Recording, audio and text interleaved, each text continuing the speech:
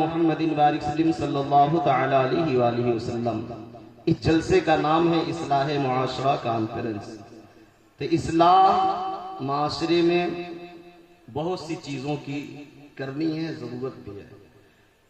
جہاں ہم معاشرے کی اصلاح کریں اس اصلاح میں دونوں طرح کے اصلاح ہے، اصلاح اعمال بھی ہے اور اصلاح عقائد بھی ہے۔ دونوں کی اصلاح ہونی چاہیے اور ضرورت بھی ہے۔ پہلے چھوٹی سی ایک بات اپنے دماغ میں بٹھا لیں۔ ابھی حضرت علامہ مفتی محمد اظہار صاحب قبلہ بیان کر رہے تھے درود پاک کی فضیلت، بڑا اچھا لگا، لوگ محظوظ بھی ہوئے۔ عمل بھی کرنا چاہیے، کثرت درود کرنا چاہیے سب کو۔ میں تو جہاں تک مانتا ہوں، یہ میرا ماننا ہے کہ درود پاک سے بڑھ کر کوئی وظیفہ ہے ہی نہیں، یہ میرا ماننا ہے۔ اور حقیقت میں جو روایتیں ملتی ہیں، اقوال ملتے ہیں، ان سے یہی پتہ بھی چلتا ہے۔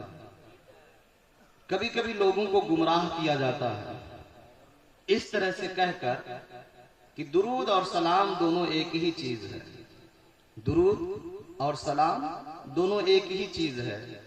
لیکن قرآن کا مطالعہ کرنے سے پتہ چلتا ہے درود اور سلام ایک نہیں ہے، دونوں الگ چیز ہیں۔ درود الگ ہے، سلام الگ ہے۔ انسان کے بس کی بات نہیں ہے کہ وہ مصطفیٰ جان رحمت پر درود بھیج سکے، انسان کے بس کی بات نہیں ہے۔ آپ جب اس کے ترجمہ پہ غور کریں گے نا، ہم نماز میں درود بھی پڑھتے ہیں، نماز میں سلام بھی پڑھتے ہیں، دونوں الگ الگ چیزیں ہیں۔ اور قرآن بھی یہی کہنا، آپ جو آیتیں پڑھتے ہیں سنتے بھی ہیں، اکثر علماء بیان کرتے ہیں 22ویں پارے کی سورہ احزاب کی آیت، ان اللہ وملائکتہ یصلون علی النبی یا ایھا الذین آمنوا صلوا علیہ وسلموا تسلیما۔ اسی آیت ہی میں دونوں حکم ہے، درود کا بھی حکم ہے، سلام کا بھی حکم ہے۔ اللہ کیا فرماتا ہے؟ بے شک اللہ اور اس کے فرشتے نبی پر درود بھیجتے ہیں، یصلون علی النبی۔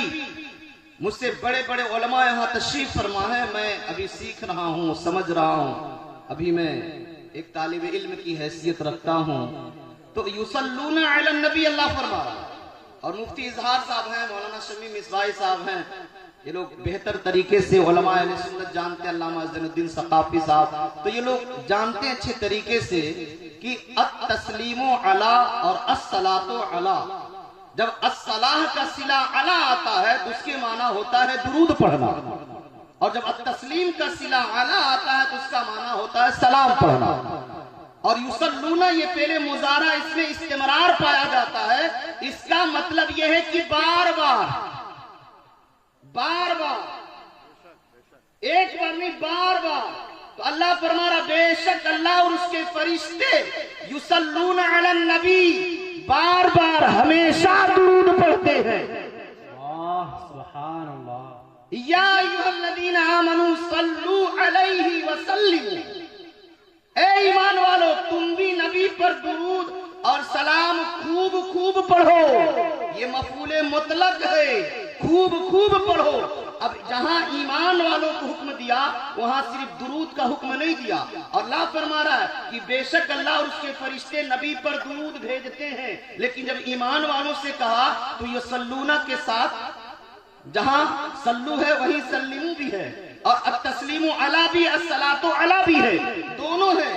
صلو علیہ وسلموا، اب صلو علیہ پر واو یہاں عاطفہ ہے اور سلمو کو عطف کیا گیا، اب علیہ الصلاح کے لیے بھی ہے، علیہ التسلیم کے لیے بھی ہے۔ تو اللہ فرماتا ہے اے میرے بندو، تیرے رب کے فرشتے مصطفیٰ پر درود بھیجتے ہیں، اے ایمان والو تم بھی نبی پر درود اور سلام دونوں پڑھو، درود بھی پڑھو سلام بھی پڑھو۔ اور نماز میں ہم درود بھی پڑھتے ہیں، سلام بھی پڑھتے ہیں۔ درود تو سب پڑھتے ہیں، اور سلام کب پڑھتے ہیں؟ درود سے پہلے ہم سلام پڑھتے ہیں۔ نماز میں درود سے پہلے سلام پڑھتے ہیں، تحیات پڑھتے ہیں، تشہد پڑھتے ہیں، اس میں نبی پر سلام پڑھتے ہیں، اس کے بعد درود شریف پڑھتے ہیں۔ اب آپ اندازہ لگائیں، جب پڑھتے پڑھتے ہم جاتے ہیں تشہد نا، تو اس میں ہم کس طرح سے سلام پیش کرتے ہیں؟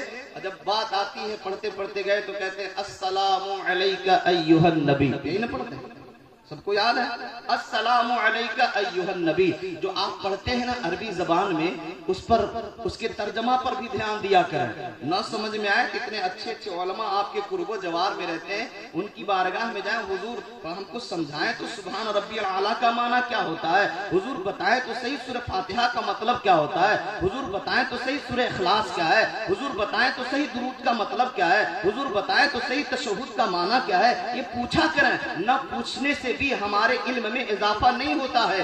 اور بہت سے لوگ آج بھی ہیں جو دینی تعلیم سے بہت دور ہیں، بہت سی بیٹیاں بہنیں مائیں ہیں جو آج بھی دینی تعلیم سے بہت دور ہیں۔ اب دیکھیں ہم کہتے ہیں السلام علیکہ ایھا النبی، اے نبی آپ پر سلام ہو، آپ پر سلام ہو۔ اب یہاں پہ قابل توجہ ایک میں بات بتا رہا ہوں، السلام علیکہ، علیکہ آپ پر سلام، اے نبی آپ پر سلام۔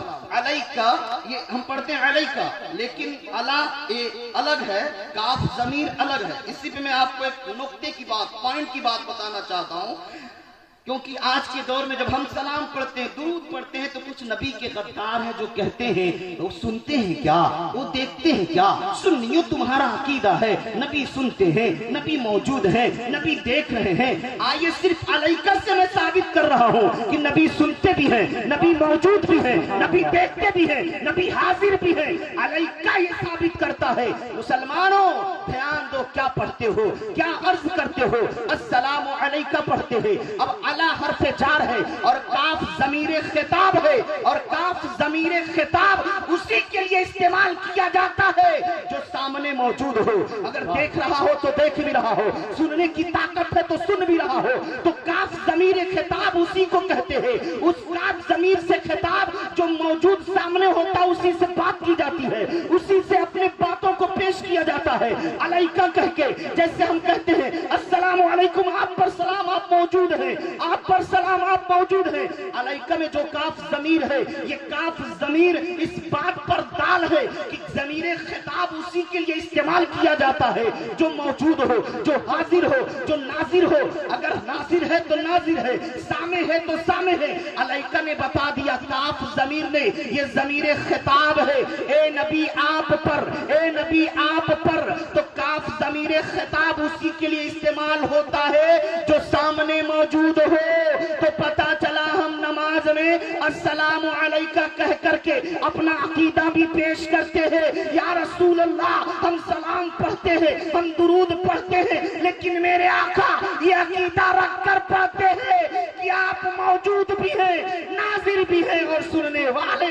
سبحان اللہ، ماشاءاللہ، بہت ہی ضمیر خطاب اس بات پر دال ہے کہ نبی موجود ہیں، نبی دیکھ بھی رہے ہیں، نبی سن بھی رہے ہیں، اور ہم نماز میں دونوں پڑھتے بھی ہیں۔ اور آگے بڑھیں گے نا تو بہت سی باتیں کھلتی ہوئی نظر آتی ہیں صاف صاف۔ آپ کچھ کہتے ہیں لوگ کہ تم یا نبی سلام علیکہ کیوں پڑھتے ہو، یہ غلط ہے۔ ہم نے کہا